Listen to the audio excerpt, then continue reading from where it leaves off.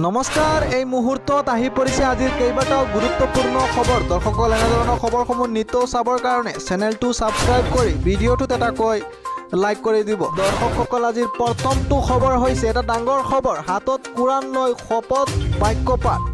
দৰ্শকসকল, অষ্ট্ৰেলিয়াৰ নতুন চৰকাৰৰ প্ৰথমগৰাকী মহিলা মুছলমান মন্ত্ৰী আৰু প্ৰথমবাৰৰ বাবে অষ্ট্ৰেলিয়া চৰকাৰত মহিলা মুছলমান মন্ত্ৰী। দৰ্শকসকল, বুধবাৰে কোৰাণ হাতত লৈ শপত গ্ৰহণ এনিয়ালিৰ সংখ্যালঘু আৰু আদিবাসী সমাজৰ প্ৰতিনিধি এনিয়ালি। দৰ্শকসকল, আজিৰ ২ নম্বৰ খবৰটো হৈছে এটা ডাঙৰ খবৰ। ৯ জুনত সম্প্ৰসাৰণ হ'ব মন্ত্ৰীসভাৰ আৰু কাৰ্বি আংলঙত মুখ্যমন্ত্ৰী হিমন্ত বিশ্ব শৰ্মাৰ ঘোষণা। দৰ্শকসকল, মন্ত্ৰীসভাত কাৰ্বি আংলঙৰ পৰা এজন বিধায়কে মন্ত্ৰিত্ব লাভৰ সম্ভাৱনা আৰু চৰ্চালৈ আহিছে বিধায়ক নুমল মমিনৰ নাম।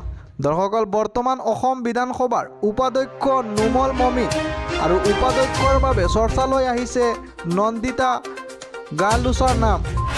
দৰ্শকসকল, আজিৰ ৩ নম্বৰ খবৰটো হৈছে বুধবাৰে অহা এটা ৬.১ প্ৰবল্যৰ ভূমিকম্পৰ ফলত ৪জন নাগৰিকৰ মৃত্যু হোৱাৰ লগতে ৪১গৰাকীকৈ লোক আঘাতপ্ৰাপ্ত হৈছে বুলি জানিব পৰা গৈছে। আৰু চীনৰ ছিচুৱান প্ৰদেশৰ ইয়ান চহৰক ভূমিকম্পটোৱে বুধবাৰে জোকাৰি যায় আৰু ছিচুৱান প্ৰদেশ কৰ্তৃপক্ষই উল্লেখ কৰা মতে আঘাতপ্ৰাপ্ত ৪১গৰাকী লোকৰ ভিতৰত এজন লোকৰ অৱস্থা অত্যন্ত সংকটজনক বুলি জানিব পৰা গৈছে। দৰ্শকৰ ৬.১ প্ৰবল্যৰ ভূমিকম্পটোৱে ইয়ান চহৰত বাস কৰা ১৩,০৮১গৰাকী লোকক কম বেছি পৰিমাণে ক্ষতিগ্ৰস্ত কৰিছে বুলি জানিব পৰা গৈছে। আৰু ভূমিকম্পৰ জোকাৰণিৰ ফলত বহু বাসগৃহ ক্ষতিসাধন হৈছে বুলি জানিব পৰা গৈছে। ইপিনে ভূমিকম্পটোৰ পাছত চীন চৰকাৰে ছিচুৱান প্ৰদেশ কৰ্তৃপক্ষক সতৰ্ক হৈ থকাৰ বাবে নিৰ্দেশনা জাৰি কৰিছে।